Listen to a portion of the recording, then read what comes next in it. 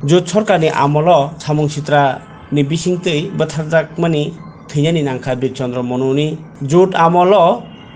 बोथारजाकनाय बीरचन्द्र मनुनि थैनाय रगनो तिनि थैमानि सालपाला लेखा CPIM हास्ते हाबानग मानजाखा CPIM हासे तांफां जितेन्द्र चौधरी खबै पार्टी नीति फांरक तिनि सालनो जुत सरकारनि मल थानसाके 13 जना बोथारजाकमानि थैगेथाब थैमानि बरन मुइतो खायनो तिनि CPIM पार्टी बरनि हाबानक बसकांगो ओ थैमानि साल पालायखा। আজ 12ই অক্টোবর আজকের এই দিনে 1988 ইংরাজির এরকম একটা দিনের বিলোনিয়া তৎকালীন অবিভক্ত বিলোনিয়া মহকুমার বীরচন্দ্র বাজারে আমাদের তৎকালীন সময়ের যারা শাসক দল বা শাসক জোট তাদের হাতে দখলকৃত এক পার্টি অফিস উদ্ধার করে সেখানে পতাকা উত্তোলন করতে গিয়ে সেখানে যারা উপস্থিত আমাদের কমরেডগণ কমরেড শ্রীদাম পাল, ছত্রমণি মুরার সিং সহ আরও 9 জন এবং কমরেড শ্রীদাম পালের 2 জন দেহরক্ষী তারা ঘাতকদের হাতে নিহত হন।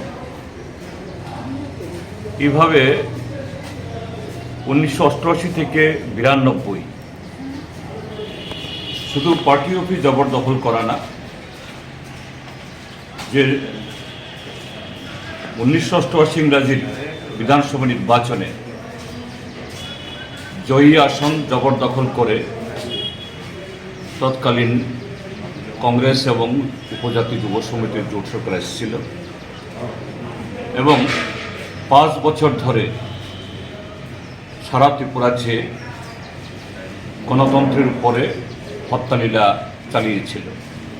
সেই 5 বছরে 3 শতাধিক আমাদের মা বোন দর্শিতা এবং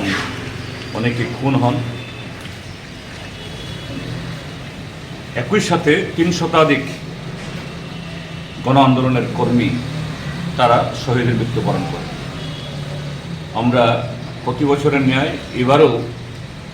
এই শহীদান দিবস সারা রাজ্যে আমরা স্মরণ করছি এবং আমরা এখন যে সময়েতে এই বীরচন্দ্র মনু যারা শহীদ হয়েছে তাদেরকে স্মরণ করছি, এটা আরেকটা কালো পর্ব, আরেকটা কালো দিন ত্রিপুরাজ্যের গণতন্ত্রের ইতিহাসে। এ রাজ্যে 1918 থেকে আরেক দল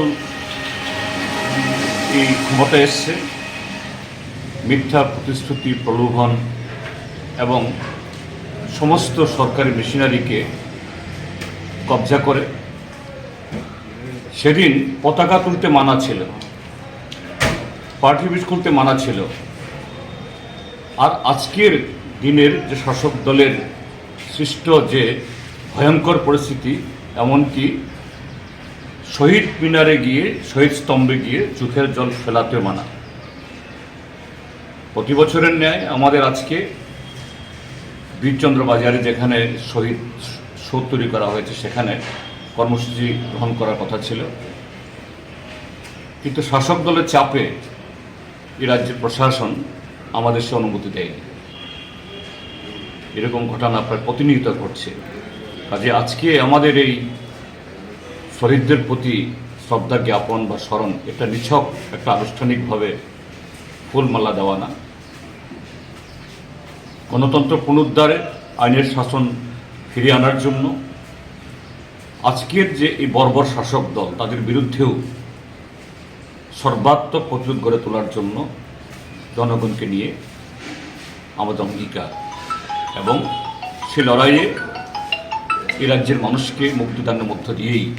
আমরা শহীদদের প্রতি আমাদের সর্বোচ্চ শ্রদ্ধা জ্ঞাপন করব। বীরচন্দ্র মনুর শহীদ